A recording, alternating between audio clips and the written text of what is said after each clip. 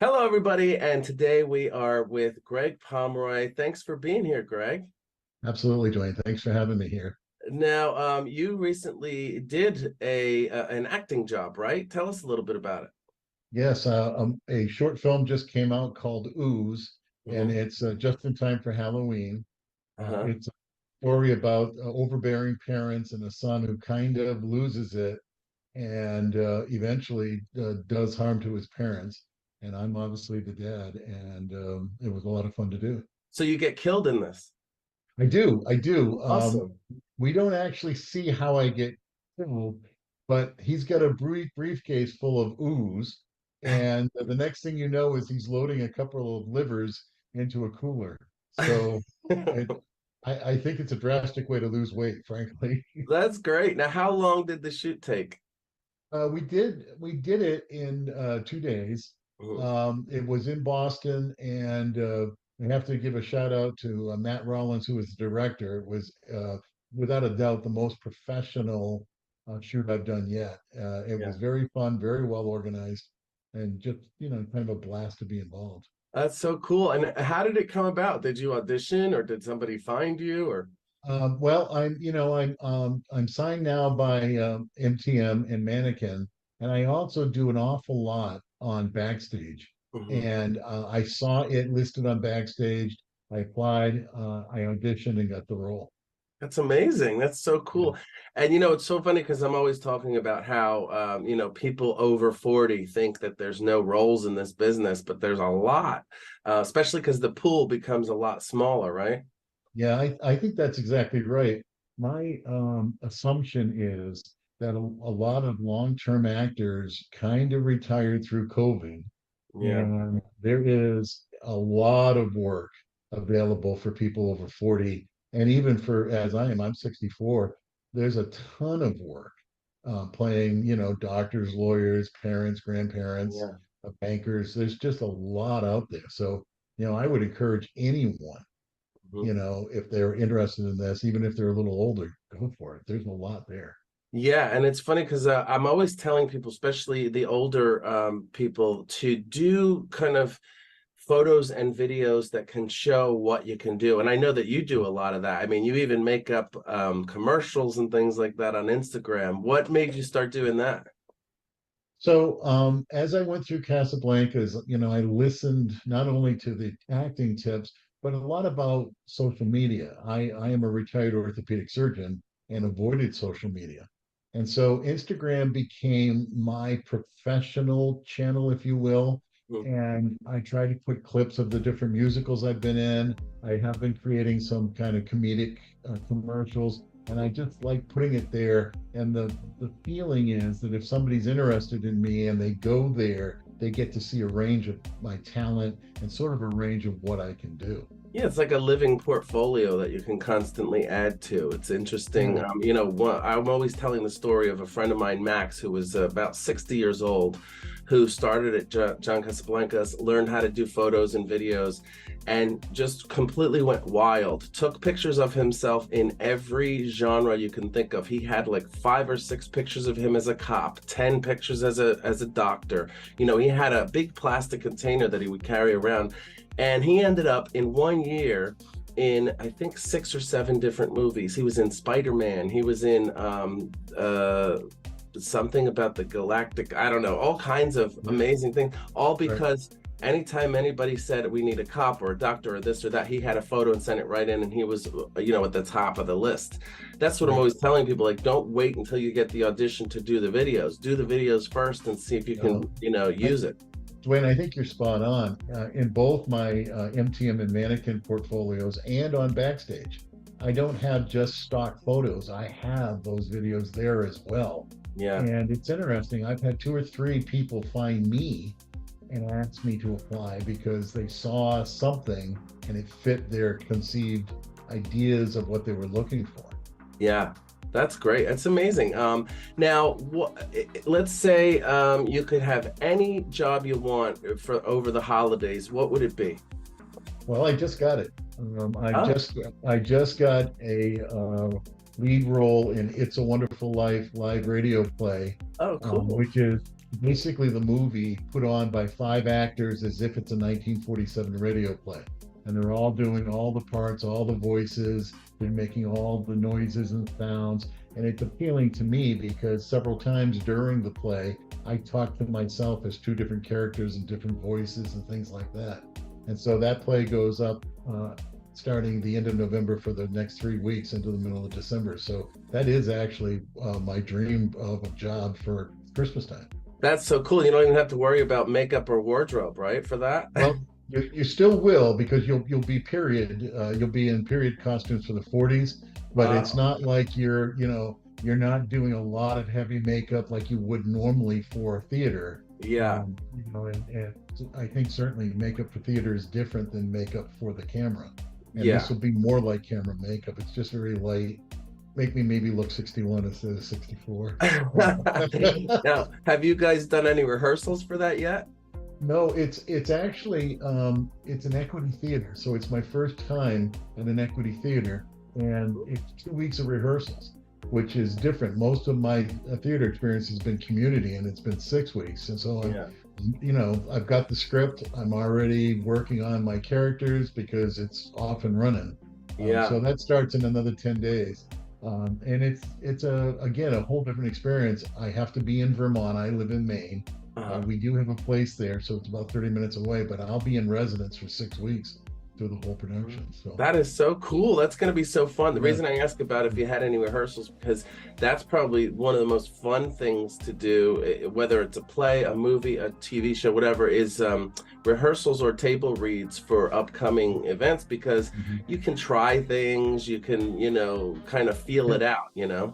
I think that's right. And one small little caveat for anybody watching, especially Casablanca students, is you know you need to make choices every time you read.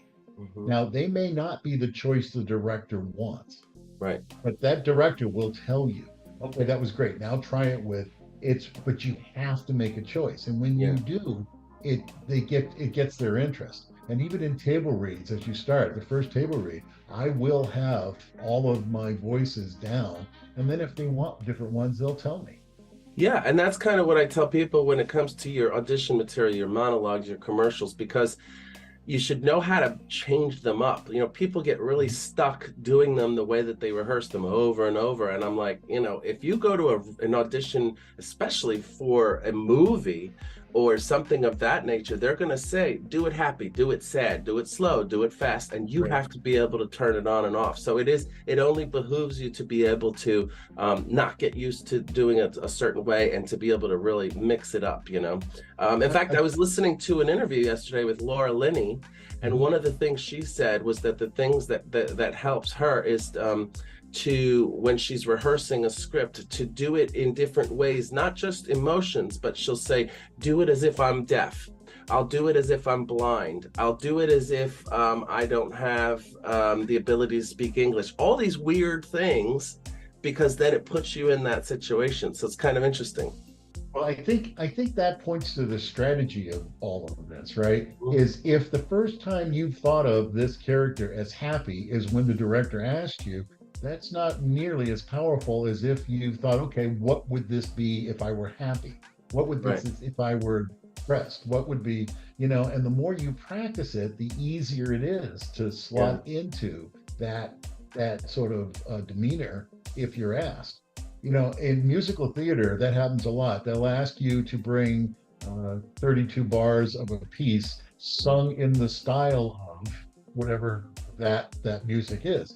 And Yeah. so I think, you know, on the live theater, we're very used to doing things like that, but Hmm. we're not used to doing it in front of the camera.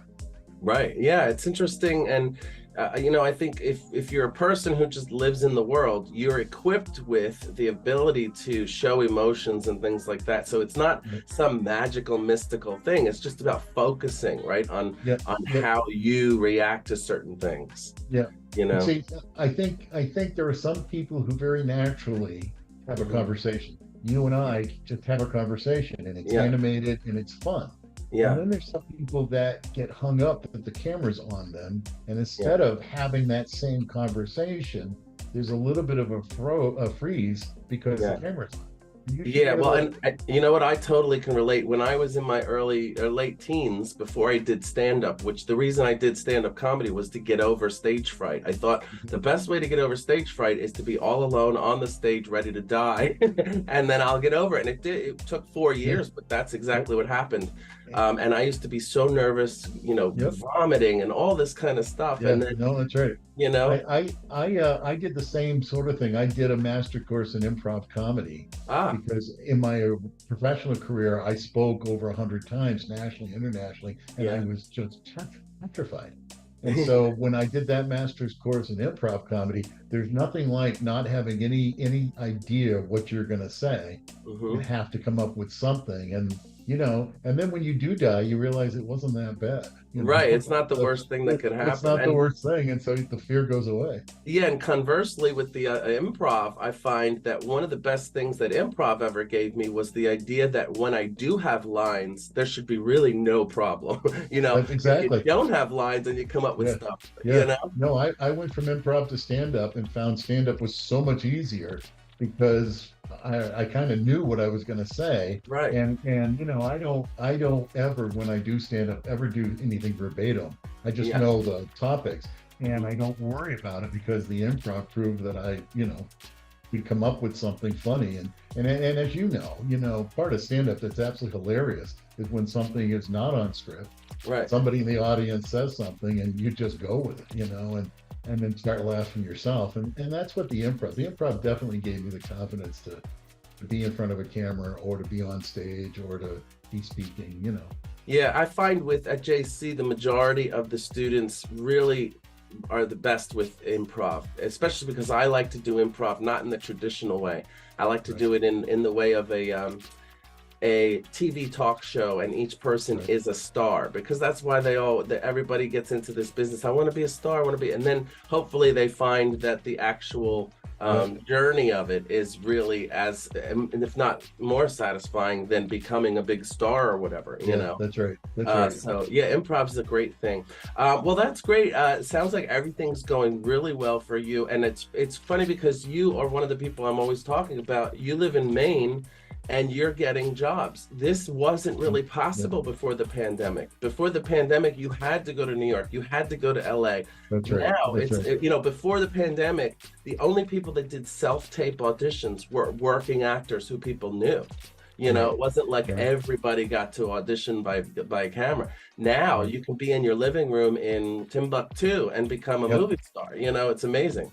No, I think that's right. I think the art of taping and stuff can't be enough importance can't be placed on it. The better Yeah. you get at it, the better you are presenting yourself. And Hmm. then the other thing, Dwayne, I'll tell you is, so far I'm finding that in this business, it's like any other business I've ever been associated with.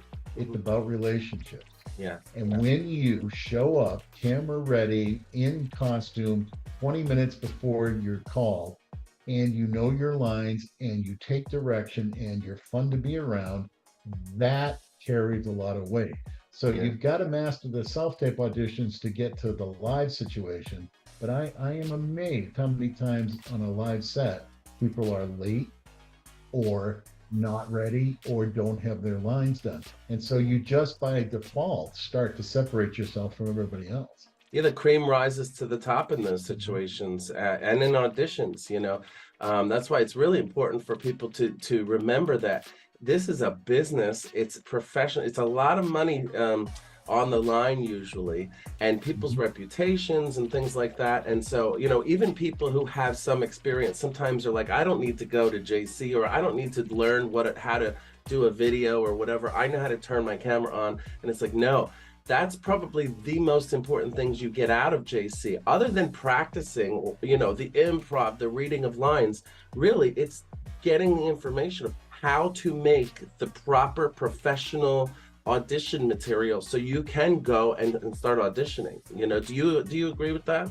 Yeah, I think I agree totally. Yeah. I learned how to apply makeup for the camera. Yeah.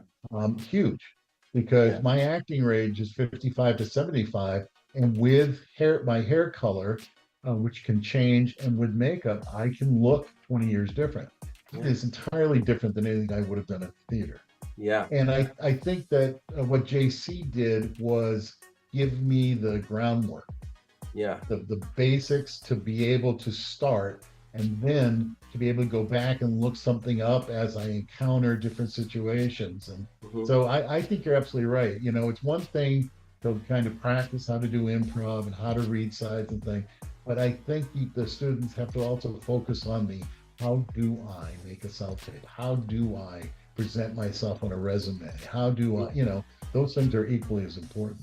Yeah, it's funny because I think coming into it, a lot of people have the perception that they're coming into this to kind of audition to see if somebody will pick them for something. And in reality, you are getting the information you need to basically start your own business as an entertainer with the help of agencies and things. But those agencies aren't sitting around saying, "What's Greg Pomeroy doing? Why should No, I bring?" no.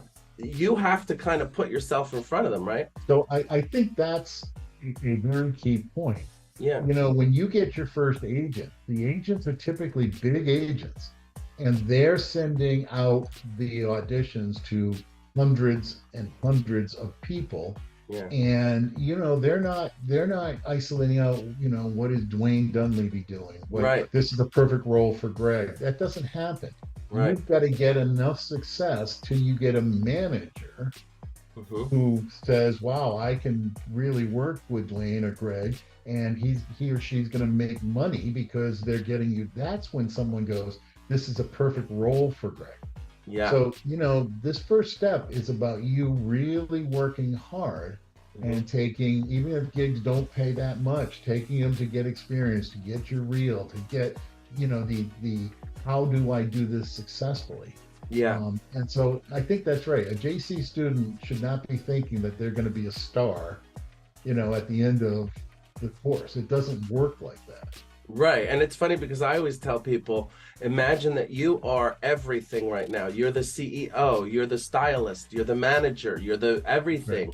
And as you get more and more successful, then you can hand those jobs off to other That's people right. because then you That's have right. enough money to pay those people. That's exactly You know? right. Exactly right.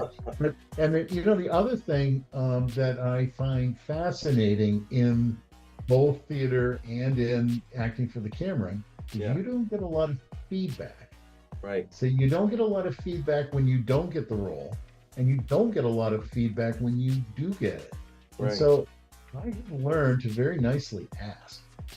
Mhm. And you have to be a little bit careful. But I asked, what was it that you were looking for? And about half the time I get an answer back, and it really helps you sort Yeah. of the tailor the next time a similar situation like that comes up. Yeah, that's great. And that's a testament to the idea that everybody's always learning, no matter how far you go. Even people who are getting Oscars are still learning how to process and be themselves and to evolve with their characters and things like that. So that's amazing. Well, continued success, Greg, and so excited to hopefully listen to your radio spot, which sounds like it's going to be so much fun. Reminds me of an episode of Frasier. Do you ever watch Frasier? You did way back. And there was an episode where they did a radio thing and all hell broke loose, and it was the funniest thing. Yeah. So that's what I'm imagining in my head, but I'm sure it's gonna That's be exactly what this play is yeah. all hell's breaking loose while you're doing this radio show. It really is like that. So it should be a lot of fun. And to be on stage with equity actors should be a lot of fun as well. Yeah, what a great experience and what Yeah. an evolution for you, so Yeah, that's thank great. you. Awesome. Yep. Well, thank you so much for being on JC Live again, and we'll talk to you again soon. Thanks for having me, Dwayne. Take care.